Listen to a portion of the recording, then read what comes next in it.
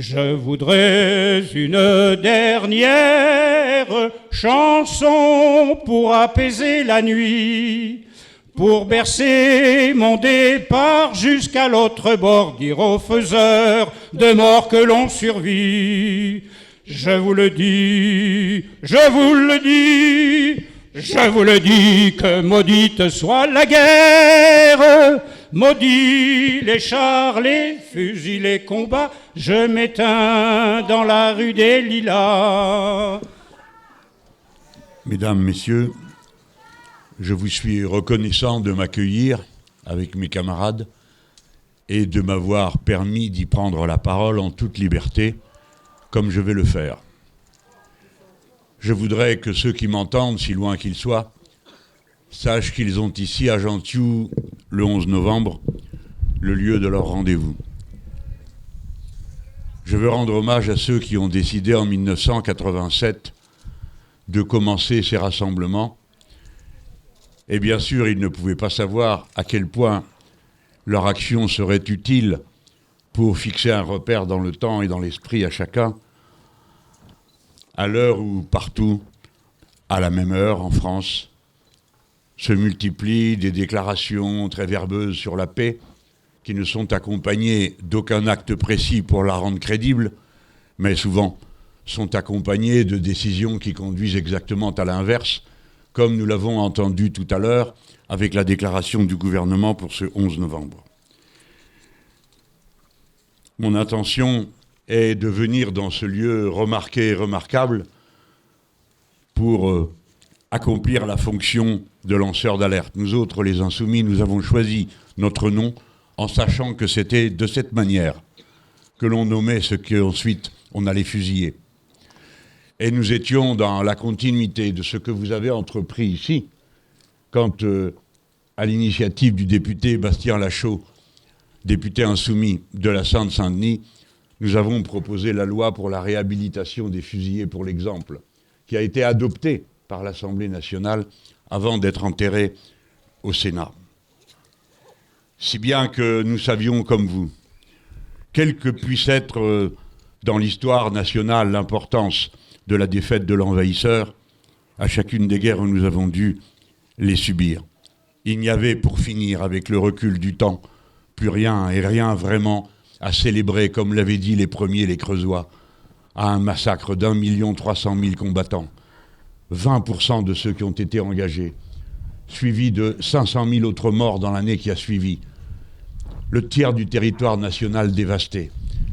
Il n'y avait là aucune gloire à tirer d'un tel massacre, puisqu'en toute hypothèse, il avait été fomenté, combiné, organisé par des gens qui n'avaient aucun intérêt ni patriotique ni national, sinon l'intérêt de remettre en route la machine infernale qui crée les guerres, le capitalisme. Alors, cette alerte, elle vient à un moment singulier dans l'histoire de France. C'est la deuxième fois que l'ONU met en cause notre pays, met en cause plus exactement la diminution des libertés publiques dans notre pays. C'est la deuxième fois que l'on dénonce le fait que des personnes sont interpellées, arrêtées, parfois jugées et condamnées, comme le fut le leader de l'Union départementale CGT du Nord, condamné à de la prison avec sursis pour avoir dénoncé le génocide à Gaza, comme l'ont été la présidente de notre groupe interpellée avec Rima Hassan pour apologie du terrorisme et combien d'autres dans ce pays, si bien qu'aujourd'hui les organismes internationaux demandent à la France de réviser sa définition de l'apologie du terrorisme. Et voici que hier encore, 2 plaintes sont déposées par l'illégitime ministre de l'Intérieur contre 2 parlementaires qui ont dénoncé ce qui s'était passé aux Pays-Bas parce qu'ils refusaient de reproduire la version officielle médiatico-politique que nous sommes tous censés devoir répéter, sinon à être envoyés devant les juges. Mesdames, Messieurs, cette alerte, c'est évidemment celle qui commence par la dénonciation, une fois de plus, qu'à l'heure à laquelle nous parlons, sont placés sous les bombes les milliers de femmes, d'hommes, d'enfants à Gaza, massacrés délibérément, méthodiquement, de manière à ce qu'ils soient tous morts à la fin de l'intervention armée qui s'y déroule. qu'à l'heure à laquelle nous parlons, les Libanais vivent dans la terreur des bombes qui tombent et abattent par quartiers entiers les endroits où l'envahisseur pense que se cachent ses adversaires, massacrant en masse la population civile sans aucune considération pour quelque loi que ce soit, fût-ce les étranges lois de la guerre, mais en tout cas les lois de l'humanité, qui interdisent, je pense, d'admettre l'idée que qui que ce soit puisse massacrer en masse comme c'est en train de le faire en ce moment. Oui, le cœur se serre en y pensant, et surtout devant ce monument qui, comme tant d'autres, ici et dans les départements et territoires d'outre-mer, présente la liste interminable des jeunes hommes, des pères de famille, des frères, des grands-parents, enfin de tous ceux qui sont tombés au combat. Et pourquoi faire ? Pourquoi sont en train de mourir ces millions de gens ? Non, à l'heure de la mort, toutes les causes en quelque sorte s'effacent et ne reste que la barbarie de l'assassin. Car elle seule a été l'auteur, a été la réalisatrice. Elle seule est ce qui donne du sens à ce qui se fait, une horreur et rien de plus. Cela ne mérite pas d'être appelé une guerre, cela ne mérite pas d'être appelé un combat. C'est un massacre, c'est un génocide, c'est un assassinat de masse contre lequel proteste toute conscience humaine, sitôt qu'elle en est informée. À moins que toute conscience humaine ait disparu dans ceux qui ne veulent pas le voir et qui choisissent de regarder ailleurs à l'heure des massacres.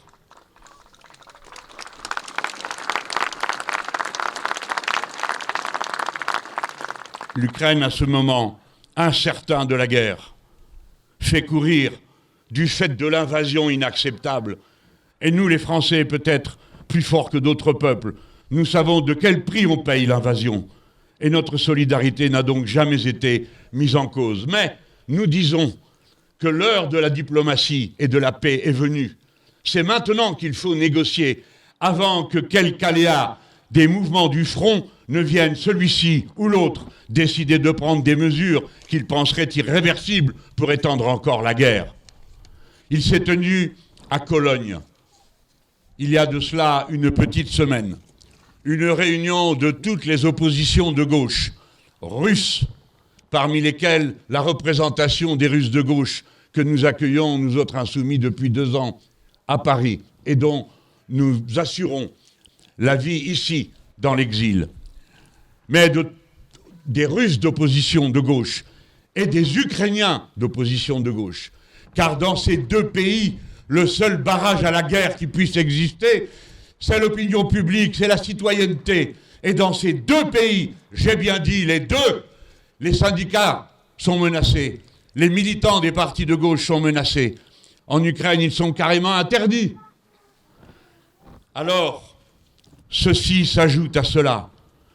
Voici que vient d'être élu aux États-Unis d'Amérique quelqu'un qui n'a jamais caché que pour lui, comme pour les autres dirigeants, qu'ils fussent républicains ou démocrates, ils ont dit qu'il n'y a pas de solution de marché à la compétition avec la Chine. Quand un incident militaire par jour éclate dans cette région du monde, nous sommes obligés de nous souvenir qu'il vit les 2/3 de l'humanité, qu'il se réalise les 2/3 de la richesse du monde, et que nous sommes sous la menace de la guerre, là aussi, qui est préparée délibérément, organisée méticuleusement, avec des projets d'alliances militaires qui nécessairement sont faites pour faire la guerre, car on n'a jamais vu que nulle part se soit accomplie la fausse formule « si tu veux la paix, prépare la guerre ». Si tu prépares la guerre, tu as la guerre. Et si tu veux la paix, prépare la paix. Il n'y a pas d'autre doctrine qui puisse être appliquée et qui nous mette à l'abri de la guerre. Et mon alerte, elle vient à vous, citoyennes et citoyens français, sans qu'on vous ait demandé votre avis, quelle que soit la forme sous laquelle on vous l'aurait demandé. Je ne sais pas, par exemple, consulter votre Assemblée nationale. Par exemple, demandez à vos députés ce qu'ils en auraient pensé. Nous, les Français, qui avons été le seul pays d'Europe à refuser la communauté européenne de défense en 1954, parce que nous savions que c'était une alliance militaire qui n'avait pas d'autre objectif que de faire la guerre à la Russie, le moment venu, si nos maîtres d'outre-Atlantique l'avaient décidé. Eh bien, sans qu'on nous ait rien demandé, la commissaire européenne, Madame von der Leyen, a décidé de nommer un commissaire européen à la défense et a obtenu pour cela des votes positifs des partis conservateurs et de droite, ainsi que dans un certain nombre de partis plus proches de nos convictions le reste du temps, qui ont voté la création de ce commissariat à la défense, dont le premier titulaire est un élu de Lituanie, qui a déclaré qu'il fallait qu'on s'organise pour la défense, c'est-à-dire pour la guerre. Non à cause de M. Trump, qui, paraît-il, nous abandonnerait, nous qui ne lui avons rien demandé, mais à cause de M. Poutine. Autrement dit, il s'agit d'un commissariat européen à la défense pour faire la guerre.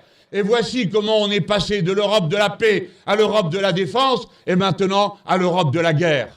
Aucun Parlement national n'a jamais décidé de la création d'un tel commissariat. Je ne sais comment lancer cette alerte. Et c'est la raison pour laquelle je vous ai demandé la permission de venir le faire ici, devant ce monument, pour rappeler que derrière les grandes phrases, à la fin, c'est ça, et seulement ça, la mort, encore la mort, dans des régions du monde où c'est tout le contraire qui serait possible, le bien-être, l'éducation, la culture, la joie de vivre et de partager la beauté du monde entre les générations qui le peuplent. Le commissaire européen et Madame von der Leyen ont déjà déclaré qu'il fallait 500 milliards de budget pour faire la guerre comme il faudrait la faire, alors que nous sommes déjà menacés par l'accident nucléaire qui résulterait d'une frappe de l'un ou de l'autre sur les 19 centrales qui se trouvent en Ukraine, dont tous les fleuves se déversent dans la mer Méditerranée, dans laquelle déjà il y a la guerre à Gaza. Voilà dans quel monde nous vivons. Nous aurions besoin d'un commissariat européen à la paix et non à la guerre. Et nous sommes encore plus inquiets quand nous apprenons que l'on a mis dans le mandat de ce commissaire la défense et l'espace. C'est-à-dire que contrairement au traité de l'espace que notre pays a signé, contrairement aux conventions internationales sur lesquelles tout le monde s'était rallié, l'espace n'est plus la chose commune, mais devient la propriété privée de ceux qui peuvent l'occuper les premiers. Et que, deuxièmement, l'espace pourrait être militarisé parce que le commissaire à la défense européen est à la fois commissaire à la défense et commissaire à l'espace et dit qu'il y a un enjeu militaire dans l'espace.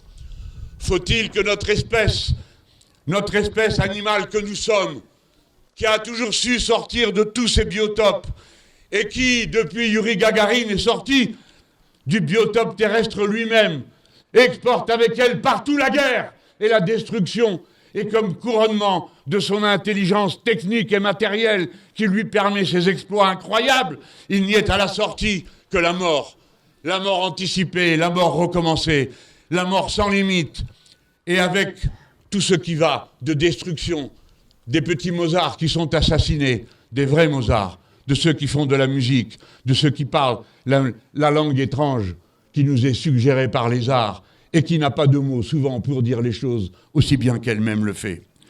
Alors, si l'on doit dire pour clore chacun de nos discours, maudite soit la guerre, à mon tour, je dis maudite soit la guerre. Je le dis pour tous les insoumis qui vous parlent, mais je le dis pensant aussi, maudit soit le système qui rend possible la guerre, maudit soit le système qui a besoin de l'économie de guerre pour se relancer, comme c'est le cas aujourd'hui. Et si, comme cela vient d'être dit, les 2% que chaque pays est censé consacrer à sa défense sont aujourd'hui pris en compte par les 2/3 de ceux qui devaient le faire, alors il faut appeler ces 2% pour ce que c'est. La compatibilité des armes exige que ce soit un tribut versé à l'économie de guerre nord-américaine. Voilà ce que c'est et rien d'autre. Alors si l'on dit « maudite soit la guerre », maudit soit le système qui porte en lui la guerre, comme la nuée porte l'orage, ainsi que le disait Jaurès.